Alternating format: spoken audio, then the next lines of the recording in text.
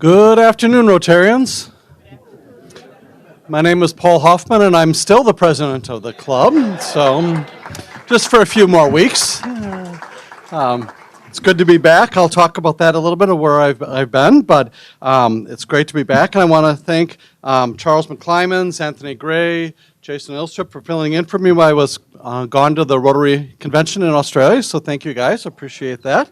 And today's meeting is sponsored by Nick Curran and with Numbers for Nonprofits, as well as Mary Ellen O'Brien. Nick Curran has been a member of our club since 2014, and he's a founder of Numbers for Nonprofits, where they manage money with the mission by providing cost-effective accounting solutions for nonprofits. He is our club assistant treasurer. Thank you, Nick, for that. And he's a former member of the Madison South Rotary. And Mary Ellen joined our Rotary Club in 2013, and she's a former president of Transportation and Environmental Management, which she founded in 1987. She is current chair of our club's Meeting Assistance Committee. Thank you, Mary Ellen, for that. And thanks for their support of today's luncheon.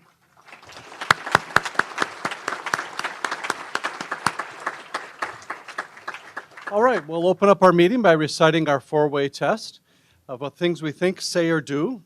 Is it the truth? Is it fair to all concerned? Will it build goodwill and better friendships? Will it be beneficial to all concerned? Great, thank you for that. And please remain standing for our opening patriotic song. Jenny Serino will lead us in singing our national anthem with Elaine Mishler on the keyboard. All right, come on up, Jenny.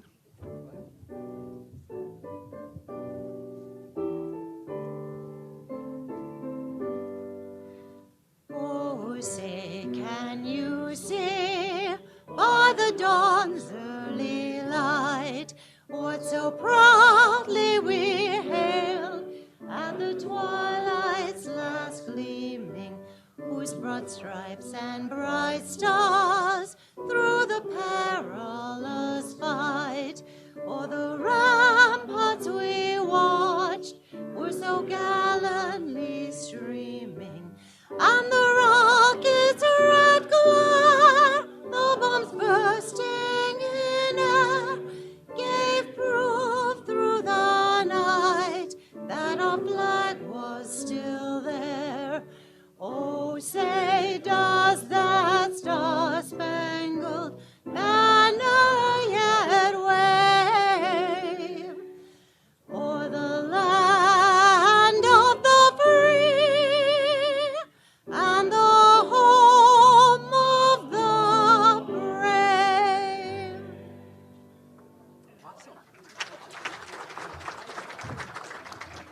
Awesome, thanks everybody. Thank you, Jenny. Thank you, Elaine, for that. And now our guests will be introduced by Martha Vukolich-Austin. Martha, come up to the podium. Hi, Martha. Good to see you. Thank you, President Paul. Well, we are very happy to welcome so many guests today on this very nice sunny day. So I'd like to start when you're announced, please stand up and remain standing till I get everybody introduced, and then we'll all give you a hearty Rotary welcome. Our first guest is Javier Acevedo, guest of Charles McClymans. Kirk Bangstead is a guest of Christy Goforth. Ann Cardinelli has brought Elizabeth Cardinelli and Allie Daggett today. Rob Stroud has brought Chuck Carpenter. David Casey is a guest of Mike Casey. Program committee guests are Elizabeth Erickson, Mary Lang Solinger, and Mike Sturm. Arden Gray and Jamie Gray are Peter Gray's guests. Jason Ilstrup has brought April Kagaya. So sorry. I tried. I'm so sorry. Joe Kolar is a guest of Christian Overland. Maddie Krantz and Ryan Nolan are guests of Alex Vitani. Matt Choquette is a guest of Gary Zakarski. Dave Iwanowski has brought John Iwanowski. Gary Peterson's guests today are Gretchen Nagel, Franklin Nagel, David Peterson, and Tristan Peterson. Jean Martinelli is Lynn Roth's guest. Steve Silverberg is the guest of Joe Silverberg. And today we have a visiting Rotarian from Elmbrook, the Elmbrook Club, and guest of Rick Kiley, David Irwin. Let's give them all a nice Rotary.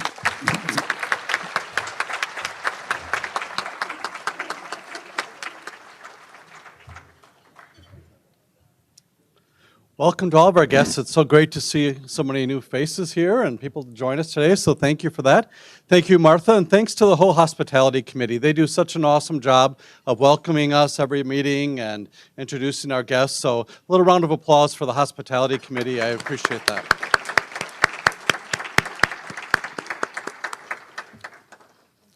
Okay, my numbers to highlight today will be a focus on two numbers actually this week, 17 and 2. Those numbers relate to our foundation's scholarship program that I unfortunately had to miss while in Australia attending the Rotary International Convention. So back to the numbers. The first number, 17, is the number of scholarship endowment funds that allow our foundation to distribute nearly $500,000 a year in college scholarship support. That is amazing, and we are indebted to all the donors for making these scholarships possible, including Joan Collins, who's our newest donor. I don't know if Joan is here or not today. Is she here today?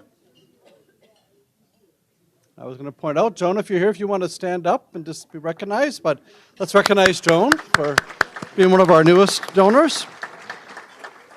And she joins other living donors who are members of our club, Dick Goldberg, Perry Henderson, Marv Levy, and Regina Milner. So we thank all of them for their donations. And the second number of 2 focuses on the Irving and Dorothy Levy Family Scholarship Fund, which is now the largest of our living donor endowment funds with a value of nearly $1.5 million. Incredible.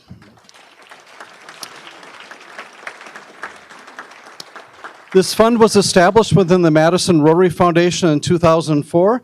And Marv, I know that you're here today. Would you mind standing up for that too? I just want to recognize you. Thank you, Marv, for doing that.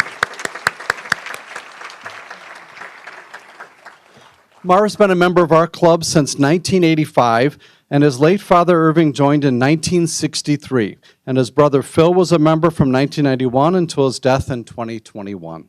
The Levy family is a legacy of service to our community, and this scholarship fund is a great example of their spirit of generosity to our community. I feel our scholarship program is so important for what we do in the community, and I want to give a shout out to the Levy family and Marv and all the donors of our scholarship endowment funds of making these opportunities possible. So thank you.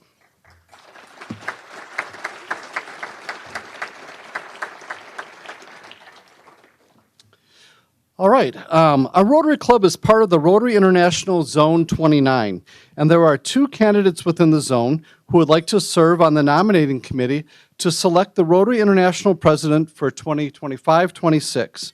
Our club can now submit a vote on our selection for this role.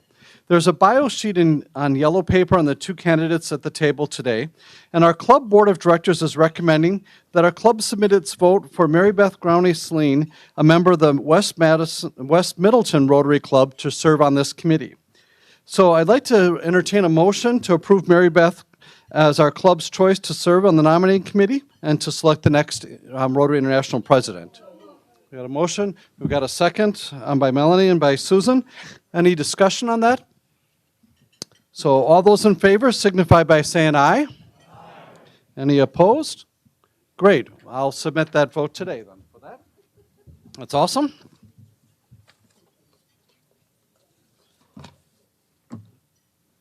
We kicked off a series in January to feature one of our members who's in the news and ask them to tell us why they're a Rotary member.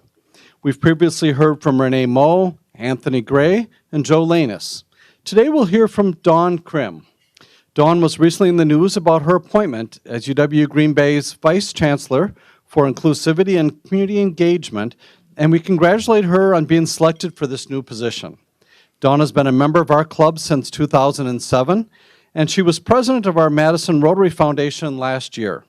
Dawn is now going to come forward to the podium and give us a quick response to why I'm a Rotarian. Dawn? Welcome.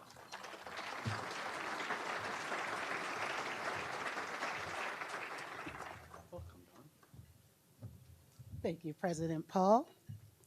So, why am I a Rotarian? I'm a connector. I facilitate connections with people. Why am I a Rotarian? I know Paul was like, yeah. I am a connector. I facilitate connections with people and between people, and I thrive on those interactions.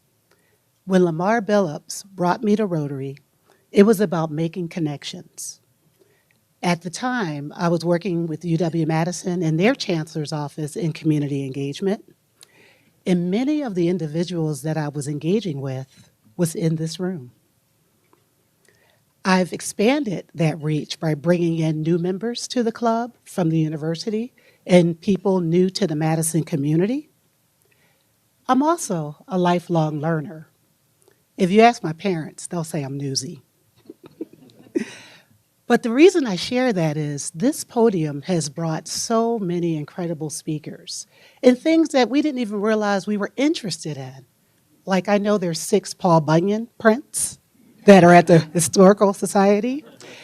And there's various shapes of gas stations with long histories from that gas station coffee table book.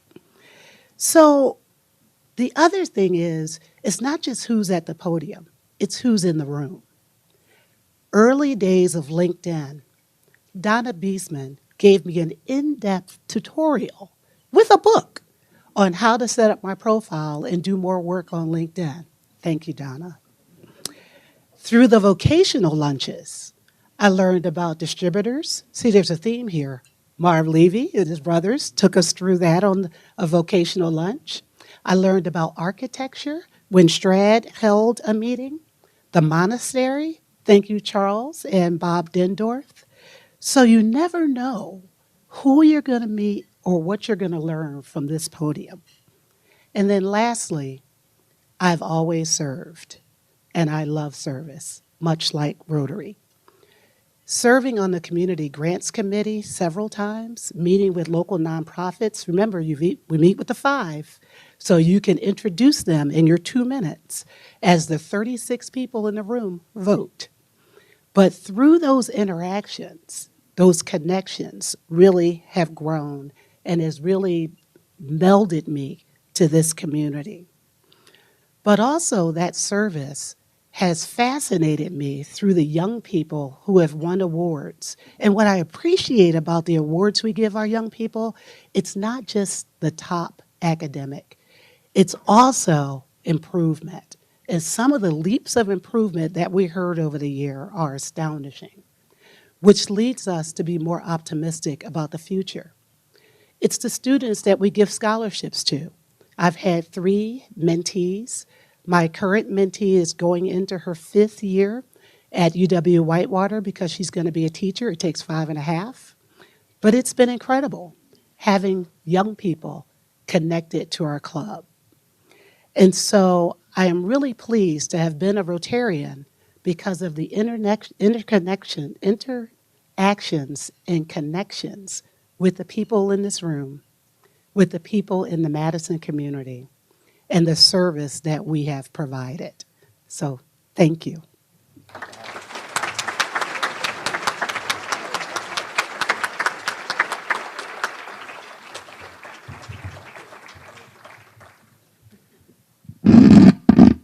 Oh. I always wished I could be this a whole life issue. Thank you, Dawn, very much for that. That was really awesome to hear your thoughts about why you're a Rotarian and how blessed we are to really have you as part of our club. And it took somebody just to ask you, right? Hey, to ask you, bring you to a lunch, get you introduced to the club and all the people that you get to meet. And that's what I hope that all of you think about doing, is just asking someone to come into a meeting like we have so many guests today, and just that, but who knows where that will all lead and what you've learned. So thank you for coming up, and thanks for all you've done for our club, Dawn. We really appreciate it very much. Thank you.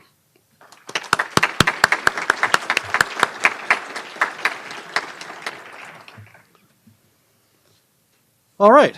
I thought I would share with you a little bit about the RI convention that I went to. Like I said, I want to say thanks to Charles McClymans. I think Charles, I saw him over here someplace. There you go, Charles. And Anthony Gray is back over there, and Jason Ilstrup for really filling in for me while I was down in Australia. I took 3 weeks off to go there, which I don't think I've ever been gone for 3 weeks before. I know I haven't. Even after all the bank merger that I went through, it was great because we had a staff to be able to cover for us, and it was great to know that we had people here at the club to cover for me while I was gone. So I'll share a few highlights with you. First of all, it was just truly incredible. I don't know how many people in the room have had a chance to go to one of the Rotary International Conventions. If maybe raise your hand if you've had an opportunity. Wow, quite a few more than I was thinking. As I'm going to be sharing some things, I'm sure you guys will feel the same way of what I experienced down there with it. This year, as you recall, the president for RI is Jennifer Jones. She was the first woman president for Rotary in its history. And she's a strong communicator. And it was just really, really interesting to see how she put the convention together, her talk and the things that she shared in the whole convention. You could just tell that communications is what she's all about. And she did an incredible job of leading the convention.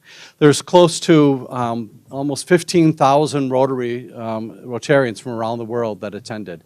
And everywhere you went, all over Australia, you saw Rotarians. It was amazing. Every restaurant, every tour, the tram rides, you just would be able to point out. And then before you know, like I was on a tour up in the Daintree rainforest, and somebody I overheard talk about Rotary, and then this woman said, "Is anybody here a Rotarian?" Well, the whole entire tour was Rotarians. And so, but if you remember, Chief Sean Barnes made a comment when he talked 6 months ago or whatever that was. He said that Rotarians were nice for no reason at all. And they were the nicest people, you know, and he talked about this. And I have to say that it was on full display at the convention and all over Melbourne. And it was just awesome because every tram ride we took, all the Rotarians were holding doors for each other that no one would go through. It was like Chip and Dale all over again. Just all the restaurants, before you know it, people would be standing up and talking. The wait staff would have to be telling people to go sit down to get to their meals because you'd sit there and be just meeting people from truly all over the world. One of the very first luncheons that I went to, and I sat down next to a couple, and they were from Finland. And so they introduced themselves, and they said they were from a very small town in Finland. And I said, "Oh, where is that?" And they said, "Oh, it's Kuopio." And I said, "Well, I know right where that is." And they were like, "How on earth do you know our small town in Finland?" I'm like, "Well, both my daughters are ski jumpers, and they've ski jumped in your community." Well, immediately it was like the people that they had connected, they knew people involved in the ski jump community because it's a very small community that's there. And it just told me really what a small world it is if you start sharing with people that before you know it, there's some of those connections that can be established. And just met some really incredible people. They had awesome speakers. And some of the one that really just touched my heart, and every speaker, there's just so many things that just really kind of recharge your Rotary battery, and you really understand of what the impact that Rotary has around the world. This one speaker that was featured was a woman who was the Nobel Prize winner for peace from Liberia. And she was 39 years old when she won the Peace Prize. And she spoke about how she is now developing these peace centers all around the world because of her experience. She and a bunch of other like-minded women helped negotiate peace after the Liberian Civil War, back when she was in her mid-30s. And so and that peace still stays today. But what that experience was for her and what it took to try to open up her home and then open up more homes for the orphans from the conflict. She lost both of her parents when she was 17 years old, and she just opened up her house and just really created the sense of saying, hey, how do we take care of the young people in her country? And then now she goes around to Ukraine and to Yemen and tries to help to broker peace and to bring that about. She's opened up schools for young women, and now she started opening up schools for young guys to teach them other pathways besides violent means, and so she's done that, and besides some of the peace centers. And then it was interesting, she made a comment what I loved. She said her good friend told her that she's living life backwards. So she had all the hard stuff that she did first, and now she wants to be a fashion designer. So how cool. But if you ever get a chance to hear, I wish I should remember her name. It's a difficult name to get, but if you look up a Nobel Peace Prize Liberia, she's written a book and just captivated the whole entire audience. Just an incredible woman. And that was the kind of speakers that they had, one after another, talking about connections to Rotary. And one final one I'll give us to, there is a young woman, a very young lady, 10 years old, that spoke about the environment in a book that she wrote about trees. And Karen, I'm sure you guys heard, did you hear that one or not? Or? Yes. So it was all in the environment. And so she spoke and wrote a poem about the kind of the environment, what she thought. So she got in front of the whole entire group at 10 years old, and there was no teleprompters. They raised the teleprompters, and she spoke for about 10 minutes about this poem that she had written about this. And it was just unbelievable. Like it just roaring standing ovation at the end for this young woman. And then at one of the president's luncheons that I went to, she did the invocation for it, if you would, and she wrote a poem just kind of free right before the luncheon. Decided to talk about Jennifer Jones. And so for 3 to 5 minutes, she quoted this poem that just blew you away about what her maturity and what she was able to speak to. And that's just the kind of the speakers that Rotary was able to kind of grab together. And just those connections there, it just really recharged my batteries. I'm glad to see so many hands went up to say that you've been to a convention. And if you ever get the chance to do so, I encourage you to. You won't be disappointed at all. So it was fantastic. The two things that they kind of focused a little bit on was that one of them was on refugees too, just to how many refugees there are now more in the world, and with Ukraine. But besides that, the earthquakes in Turkey and Syria and the floods in Pakistan, and where they were even 10 years ago, the refugee count has gone up like tenfold. Around this world, and just how they talked about how Rotary wasn't really designed to be a disaster relief agency or a refugee, but just because of all the tragedies in the world that they've turned to do so much help in that regard, and what that really has meant. And so that was, and they shared a lot about especially Ukraine and what the Rotarians have done with Ukraine, and very moving.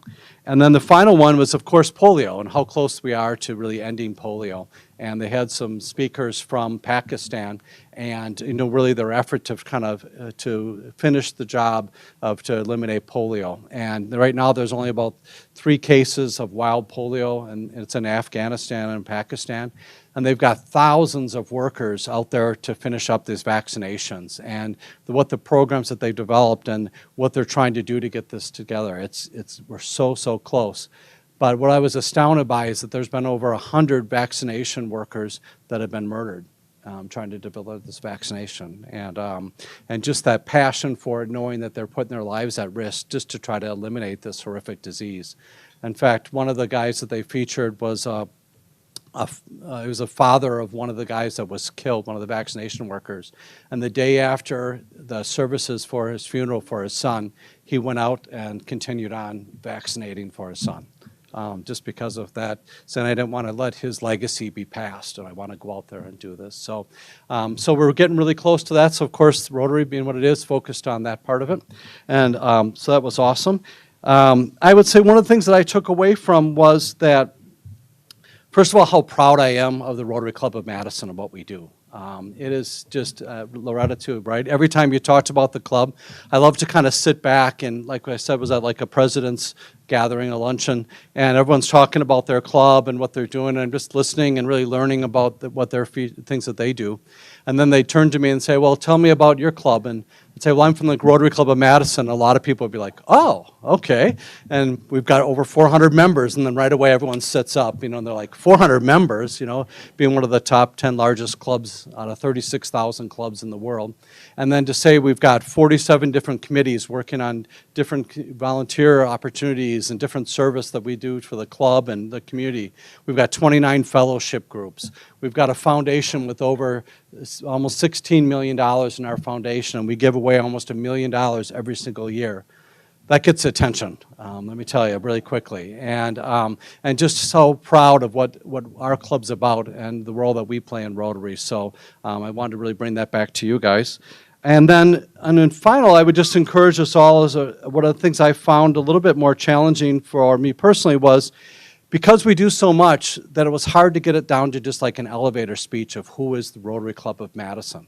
And I encourage us, and I know we're doing some work with our community grants and trying to narrow those down a little bit and try to help grab of what makes us different, what makes the Rotary Club of Madison so important to have us be a part of our community and be able to have that down to just an elevator speech. And so I think we need to work on that. So when we talk to other people, we invite people to lunch, we say, well, who is the Rotary Club of Madison that we can get that down? There's so much that we do that it gets hard to get it down to just that. And I found that most other clubs in the sessions that I went to talked about just trying to communicate that down to that quick kind of elevator speech, if you would. So, Charles, that'll be a takeaway for you to do. So, you know I'd give you some work to do, right, Charles? So anyway, I just wanted to say thank you for what an honor to be able to represent this club at Rotary International and represent it every single week. So thank you for that. I appreciate it very much.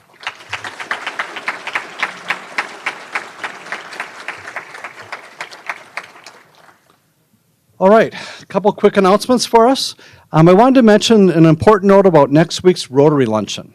So we're not able to meet here at the Park Hotel due to a large convention that's bumped us from our space. That happens every once in a while. So this time we decided to meet at Obrick Gardens. So I hope that you guys think about coming out to that meeting. Please join us. Because of the alternate catering arrangements we are making, we're going to need anyone planning to attend that meeting to make a reservation by Monday noon instead of the usual Tuesday noon. So we just need a little bit more knowledge ahead of time of what that count will be. So please let us know. I hope that you consider coming out. The speaker for that day is on bees and pollination, so it fits perfect with Obrick. And this time of year, the gardens are gorgeous. So I think it's a great time if we're going to go out on a field trip. We all need a field trip, right? Come on out to Obrick next week, please. I hope you sign up for that. A little bit different experience for us to do that. And I'm sure you're going to enjoy that very much. So I encourage you for that. So if you are making reservations by noon, we'll also send you instructions on how to get there. There's a little bit of construction. Where is it there in Madison on the roads, right? Just getting here every day, my gosh. It's just harder and harder to get around. But there is some construction like everywhere else, so we'll send some instructions about what that is. And then I also want to let you know, we've talked about this before, but our club office is moving to the new online Rotary software program called Club Runner. And all members will be receiving an email directly from Club Runner by the end of this week, and with your login credentials for our new website and our new online software program. So be sure to watch for that email and get logged in. I'm sure if the office can help out too if they can. Just give them a little time because we need that transition, right? They've been spending a lot of time and effort to get all the information over to Club Runner. It's an incredible amount of data that we've kept for all the years, and that we all need to get that loaded into this new software system, which I think it's going to be very efficient for us, and I think you're going to like it. But we also want you to review your bio information, and you can make any updates you like and change your photo as well, so you've got control over your own information. And their office is going to be sending more details directly to members, so you can contact them with any questions. All right. With that, running a little behind here, so we're going to go fast on the birthdays. We've got birthdays to celebrate with a bit of humor or wisdom that complements Rotary's mission, and we encourage members to make a gift to our Rotary Foundation Community Grants Endowment Fund that represents their age, rounded up to 100, for our Synergy Scholarship Fund. June 11th, Carl Gutnick. June 14th, Dave Scherer. June 15th, Jeff Boudreau, new member of the club. June 15th, Martha Casey. June 16th, Tom Fox. June 16th, Kathy Poi. June 17th, Dick Goldberg. And June 17th, Linda O'Hearn, who chaired our Rotary International Foundation campaign this year. And she shares this quote from Kathy Calvin. "Giving is not just about making a donation, it's about making a difference." Isn't that true? And thanks for all the difference you have made through your gift to the Rotary Foundation. Thank you, Linda. And thanks to all of our celebrants for their contributions to the Madison Rotary Foundation. And please join me in wishing them a happy birthday. birthday to you. Happy birthday to you. Happy birthday, dear Rotarians. Happy birthday to you. Awesome, thanks.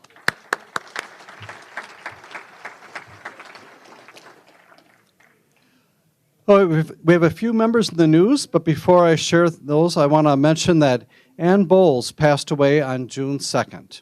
She was the wife of Rotary member Bob Bowles, and she created the scholarship fund within our Madison Rotary Foundation in Bob's memory in 2014. We extend our sympathies to Ann's family. I also want to mention that Annette Helmer's father passed away in Greenwich, New York, and we extend our sincere sympathies to Annette and to her family. And the members who were in the news these past week include Tom Deschant, Mike McKay, and Valerie Rank. All of them were quoted in different publications, as many of our members are every week. And our program today is on the topic of the Lake Monona Waterfront design and how it connects downtown with the lakefront. Our speakers will be Alan Arntsen, a member of our club, who is a retired partner of the Foley Lardner Law Firm, and he chairs the City of Madison Lake Monona Waterfront Ad Hoc Committee, which is overseeing the preparation of a master plan for the Lake Monona shoreline between Olin Park and Machinery Row. Alan will be joined by Jason Ilstrup, incoming president-elect of our club, who is the president of Downtown Madison, Inc., which is a member-based nonprofit working to create the best quality of life downtown for everyone. Prior to joining DMI, Jason worked in hotel management and development at Hotel Red, the Iron Horse Hotel, and the Madison Concourse Hotel. We look forward to their presentation, and we've made a contribution to the Rotary International Polio Plus Fund as a way to say thanks for speaking with us today.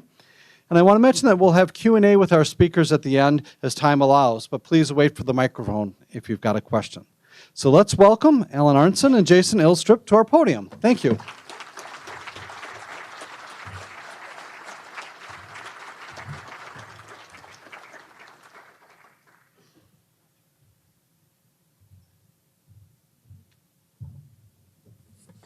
Hi, okay, there we go.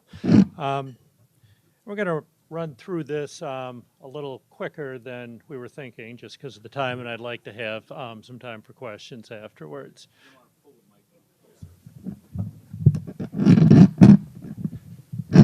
Does this work better? Okay. Okay, we're here to talk about the Lake Monona Waterfront project, me and Jason. We've got a video here, which I'm actually going to skip, because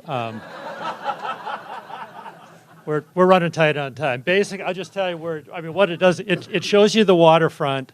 It's from Machinery Row all the way around the lake between John Nolan Drive and Lake Monona, running to Olin Park. So that's the area we're talking about. It's about 1.75 miles long. It's very narrow. It's only about 17 acres. This park. And so really what I'm going to first talk a little bit about the history leading to where we are right now. I'm going to talk a little bit about kind of what the plans are showing for the park. Time permitting, Jason will talk a little bit on the impact on downtown Madison, and then we'll open this up for questions. I wanted to, before I start, though, point out Mike Sturm, who's here at the front table, is the project manager for the Parks Department on this, and he's utterly invaluable on this project. So there's a long history underlying this park. The First Nations had a lot of gathering places here, and it was a sort of a commercial area because it was such a rich and fertile area on the isthmus between the lakes. Getting more recently, John Nolan in the early 1900s drew a master plan for Madison, a big part of which you can see with the slide there's the Capitol in the background going down to Lake Monona and connecting the Capitol and the lake. And by the way, this program is going to focus on connecting downtown and the lake. The park has a number of other aspects, but that's what we're going to talk about here. Frank Lloyd Wright, Madison native, designed the convention center here. He also designed a boathouse, which that is King Street, running up to the Capitol on Lake Monona in the late 1800s. It's never been built, but the plans are out there. On Unfortunately, it's been, Law Park is kind of a, it's a missed opportunity. It's parking, it's really very little activity there. And really the plan for this is to change that, to engage the lake shore and to connect it to downtown and make it the community asset that its location cries out that it should be. Starting in about 15 years ago, a number of local architects and engineers did some work on how do we connect downtown and the lake shore, and just on a pro bono basis came up with a number of different alternatives doing that. This is all the area sort of right to the north of Monona Terrace and ways of connecting Wilson Street and the lake. And that would be done in connection with an expansion of Monona Terrace, which is now back on the plate of the Monona Terrace Board. They had been talking about it before the pandemic. It was put on hold, and now they're looking into it again. And that provides an opportunity to be part of the bridge from downtown over to the lake, because you've got the challenge of going over the road. You've also got to go over the railroad tracks. And I don't know how much you know about trains, but if you go over railroad tracks, you've got to go like 25 feet over railroad tracks. So it's that's a part of the solution here that we're looking at. About 10 years ago, there was an undertaking. Tim Metcalf led the way looking on connecting the Alliance Center property with downtown. This is a proposed pedestrian bike bridge over John Nolan Drive between the Alliance property and downtown. And the downtown plan, 2012, highlighted this proposed park as a signature park for the city. So this is the planning area that we're talking about, and if you kind of see where it's colored in from sort of the top right, which is by Blair Street, down to kind of curving around to the bottom middle, which is the northern end of Olin Park, north of Lakeside Street. And what the city did, and another person to call out is Alder Mike Verveer. Mike, for years after years, got money in the city budget to plan this park and kind of got it rolled over every year as in time to get things going. And as part of it, then there was a major community outreach program kind of starting at the start of the pandemic, through the pandemic, to see what people wanted to see for this lake shore, what are the needs. And so what the city, and then Mayor Rhodes Conway, the initial thought was Law Park, right? Kind of down off of Wilson Street, and said, well, no, we're going to be rebuilding the causeway in 2025, 26, because the bridges are failing. I don't know if you've seen a presentation on that, but it's pretty neat looking at the pictures of what a bridge looks like when it's failing. Things that should be like this are like this. So they're going to be rebuilding, and said, well, as long as they're doing that, let's extend the park south to Olin Park. And then similarly, about 4 years ago, actually I was involved when I was on the city council, the city acquired the northern part, between Lakeside Street north of Olin Park from the State Medical Society for parkland. And so that's the southern end of the property. And what the city did then, they said, okay, we've got a real big opportunity. Let's make the most of it. And there's a resolution set up with this design challenge. And so there's an ordinance that set it up. The general framework is set forth on the screen. Then a committee was set forth, and that's the committee that I chair, that Mike staffs. And what's neat about it is the committee has just been in charge of the process since we started, and we're in charge until we submit a plan to the Common Council later this year, which has been a very direct way of kind of getting a lot of work done in a hurry. So these are the guiding principles for the design challenge. They kind of speak to themselves. They're the kind of principles you would expect to see in a park design. And we set up a schedule, and it was a 2-year schedule. And actually, this is sort of a prior draft of the schedule. But basically, I guess what I wanted to point out is this committee has met like 35 times so far. It's been very, very busy. It's been a very hands-on committee, and they've really done a great job. So we started the design challenge, sent out a request for qualifications in the spring of last year. we got responses. We sent it out nationally, and we got responses from, I think it was 14 or 15 national design firms. And these are really the best firms in the country. It was really a great response. We went through a process, the committee went through a process then to pare these 15 firms down to 3 finalists, and then ultimately I guess it's 3 semifinalists, ultimately 1 finalist. So we went through a rigorous and very transparent and public process to narrow the list of firms down. The teams that were selected were 3, Sasaki Associates. A couple of their major projects were the Beijing Olympic Park, the Chicago Riverwalk, James Corner Field Operations, the High Line in New York, the Seattle Central Waterfront, and Agency Landscape and Planning, which did Sarasota Bay Park and the Hannafin River's Edge Park in Iowa.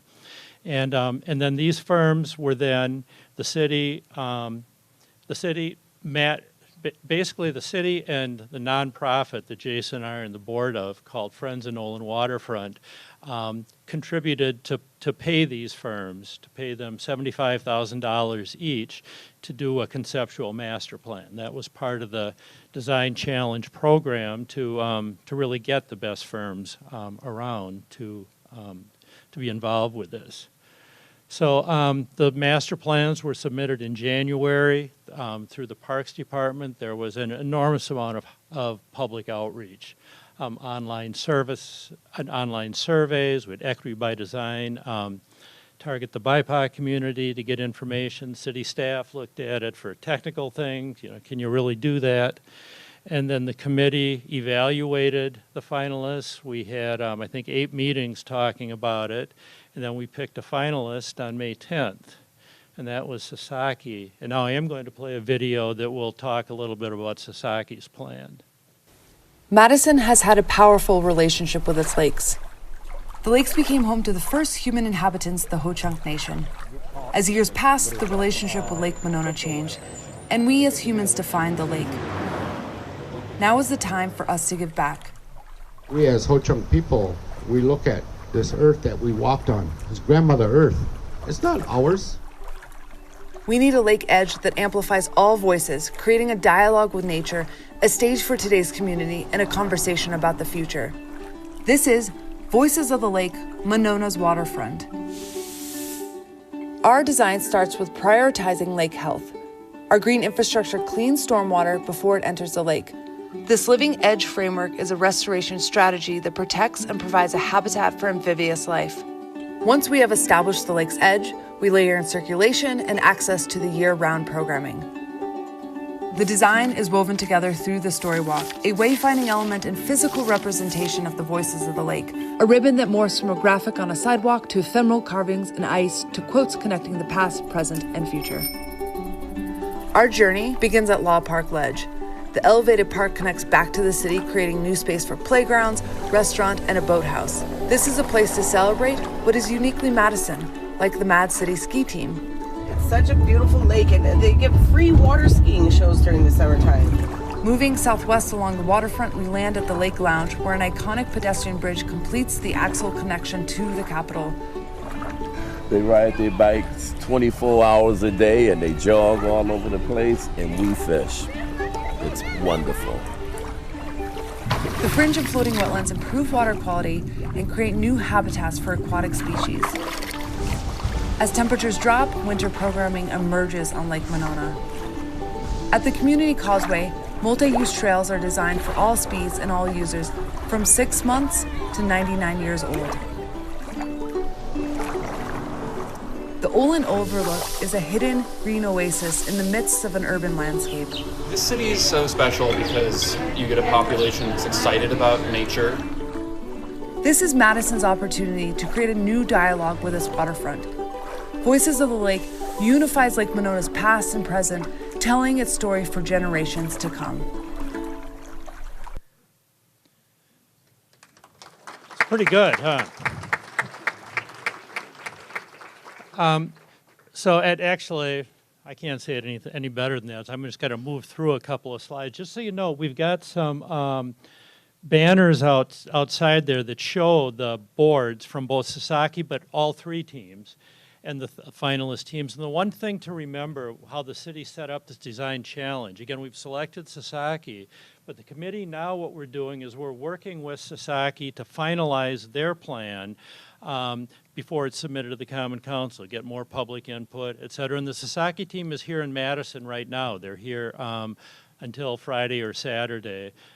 There's a presentation at the CNI annual meeting tonight.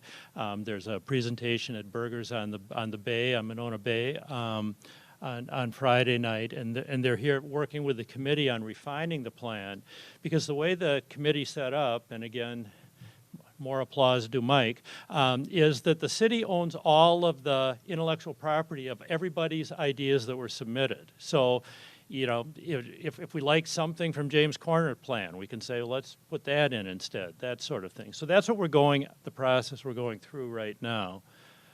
These are just the parts, we're a couple slides on focusing more on the downtown part of this, but I'm going to skip through them so Jason will have a minute and maybe we'll have some questions. And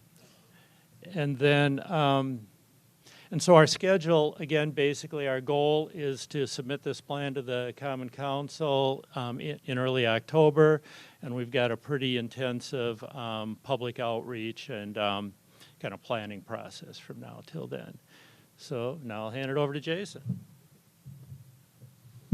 Excellent. Thank you, Alan. This is a once-in-a-generation opportunity to create stronger connections between downtown Madison and the east side and the south side and our beloved waterfront. We have competitive advantage in this city. It is the fact that we have an isthmus. We're one of only 2 downtowns in America, Seattle being the other one that has an isthmus. But yet, somebody's wisdom at some point was to build a highway and railroad tracks between the downtown and the lakefront. And this is a chance to right that wrong. We have strong downtown right now, and I'll go over I'm going to blitz through this very quickly, but we've got a very strong downtown. But what this project does, it creates a community gathering place for every single member of our community to come together, to fish, to barbecue, to walk, to run, and to be with the water. And this connection into downtown will make our downtown, which is strong already today, even stronger in the future. Successful downtowns are all about people gathering in spaces, right? It's all about vibrancy, and it's all about people. It's the same scenario 13,000 years ago when the Ho-Chunk took this land, and this land became their downtown. It's no different. They had a strong residential base of people that were living here. They had a large number of employers. Now that is shifting here in COVID. That's why we need a magnet like this facility. You have a diverse set of events like concerts on the square or the farmers market. They had 30,000 people at the farmers market 2 weeks ago. And of course, no downtown would be successful without Chicago people's money. So we love Chicago money. All right. Successful downtown. 33,700 people live in downtown today. To give you comparison, the city of Tampa, which is a 3.5 million person city, only has 15,000 people living in downtown. We have what we need in downtown to be successful now. 84% of those folks are under the age of 34. So the vibrancy is here in downtown, but they need places to connect, like the Lake Monona Waterfront. There are about 50,000 employers, some great employer companies there. You're all here in this room. Congratulations to you all. UW is really the reason why downtown is successful as well, but they need to recruit new talent to come here, the best and the brightest, and professors and the students. With just under 50,000, they need amenities like the Lake Monona Waterfront here today. Yeah. The office market is changing significantly, right? So again, successful downtown is a lot of residents, a lot of office, and just workers in downtown. This has changed tremendously. All downtowns are organic, and they're constantly changing all the time. But that organic nature really accelerated very quickly over the last few years. Right now, downtown Madison is sitting in a pretty good spot with 13.4% vacancy, with 18% availability. You can see, compared to other cities, Austin, Texas, and Portland, and Des Moines, we are in a much better position. But if we don't build amenities like Christian's History Museum, like this project here, if we don't reevaluate what happens on the 400 through 600 blocks of State Street, those office workers will not come back, and we want to make sure that we have magnets for them to come back in droves. Events and tourism. Imagine creating a space right on the water where we can welcome even more tourists. We have such great events right now. The aforementioned farmers market. 250,000 people last year attended the 6 concerts on the square. UW Athletics, one football game alone is $19 million. This has real impact. And you can see what happened from COVID. All of a sudden, we're back at $278 million, and we build the space like the Lake Monona Waterfront. This number will go up infinitely. The future of downtowns are literally about building spaces like this. We saw this under COVID. We're rethinking the use of public space. We see that now on Pinckney with the Streetery program. We see that with outdoor dining in retail. We see that with the pedestrian and bikeways. And we see that people really want young folks that are moving to this town. Madison has the highest percentage of Gen Z recruits, of employees of any city in the country proportionally are moving to Madison. More than San Francisco, more than Austin, more than New York. We are number 1 in the country. And what do they want? They want a city where they can do everything in their lives, their place of faith, their work, their grocery store within a 15-minute walk or bike ride or transit ride. This sort of project makes that happen. You can see the Streetery project there. You can see the Lake Monona Waterfront and the amazing Val Phillips statue, this public art. We have to create reasons for people to come downtown, and this is what this project does. And this is already happening now. The private sector is already making a bet on downtown Madison. We have 6,000 apartment units in the works right now in downtown Madison. Over 2,500 are in construction. There are 9 tower cranes erected in and around downtown Madison off of Wilson Street, East Washington, Regent Street, and State Street. We have 600 hotel rooms that are coming in. So the downtown is hot, but it needs to have continual amenities like this. We need to have places like the Wisconsin History Center, magnets for people to come to. So thank you to Christian and to Christopher, who's doing the Wisconsin Veterans Museum. The #1 used pedestrian intersection in the entire state of Wisconsin is the top of state. And how about we create a ribbon and an arc and a story to our beloved waterfront? And how do we connect with all of our beloved 400 through 600 blocks of State Street and the entire State Street? The buses were removed this last Sunday. It was the last time buses rolled down the street, and we are reinventing these spaces. It's another one of the magnets. This is all the development that's happening here. I am running out of time, but now is the time to reimagine a vibrant and equitable downtown where everyone belongs. It all comes down to a quote from my good friend, Angela Russell, the Chief Diversity Officer at CUNA Mutual, who says, we need to build soulful places and soulful spaces for every soul in our community, and that's exactly what the Lake Monona Waterfront will be.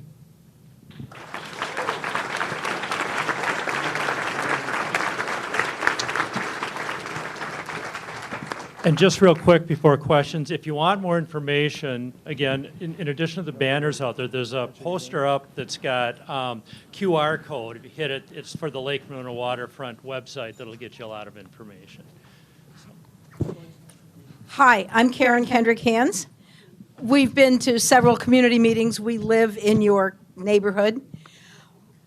We have lobbied for John Nolan to get a lane diet. Take away one of those lanes going into the hairball, and you would make a significant impact on the amount of real estate Law Park has. Thank you. Hello, everyone. I'm Mike Sturmer. I'm the project manager. I'm sorry. Why don't you? You want them to answer? Okay. All right. So a quick, excellent question. So Madison Parks is working closely with city engineering. So city engineering is speak to the mic. All right. How's that? Is it a little bit better? All right. I'm not sure how strong the amplification is. So, okay. Madison Parks is working closely with city engineering in the 2 initiatives. So essentially the John Nolan Drive reconstruction and also the Lake Monona Waterfront. The Lake Monona Waterfront is a master plan that's much higher elevation. It's more conceptual. The John Nolan Drive reconstruction project is measured in the 1/10 of a foot. So lane diets. City engineering is looking into those lane diets. They are working with their consultant team in narrowing the lanes on, in particular, along John Nolan Drive. Now, as far as lane reductions, they've also explored that as well. I think that there are significant trade-offs, right? There's very real trade-offs as far as removing lanes on John Nolan Drive and traffic coming into the city of Madison. So what they're working towards is striking the appropriate balance on narrowing those lanes as much as possible, increasing that green space, that public green space along the lakeshore, so that as many opportunities as possible for the Lake Monona Waterfront exist.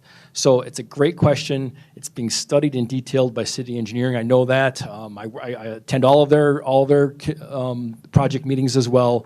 So it's something that has been taken a serious look at. So thank you. We've run out of time, but I will say the one question you probably are all asking: when is this going to happen? Right?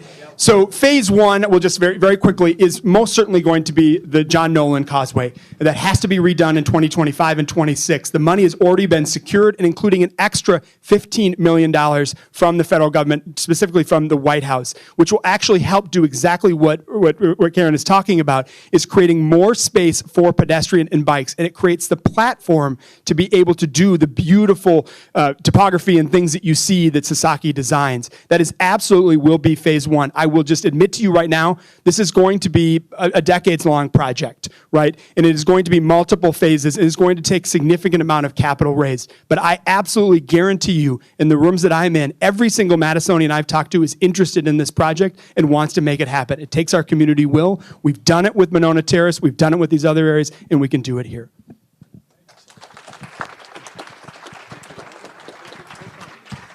Just want me to end the meeting, Paul? I don't have the notes, but I would MC the rest of this meeting. I'll let you ring the bell. There we go. All right. Well, thank you, Alan. Thank you, Jason. That was awesome. I wish we'd had a little bit more time for you guys. Sorry about that, but this is going to be one of these projects that I think that could help to define who the city is going forward. When it was at Sydney, it's the Sydney Harbor. Melbourne has the Yarra River, and what the lakefront did in the seafront in Sydney, and then what the riverfront did in Melbourne was incredible. Every great city seems to have that. So good luck to it. I hope that Rotary has a part of it. And in Melbourne, you can go to the Rotary Park as part of their side to it. So there you go. So with that, I hope that you'll join us next week when we're heading out to Obrick, don't forget. And we're going to hear from UW-Madison Professor Claudio Grattan, who will talk to us about bees, conservation, and the future of our agricultural landscapes. And remember, we'll be at Obrick again. And with that, we're adjourned.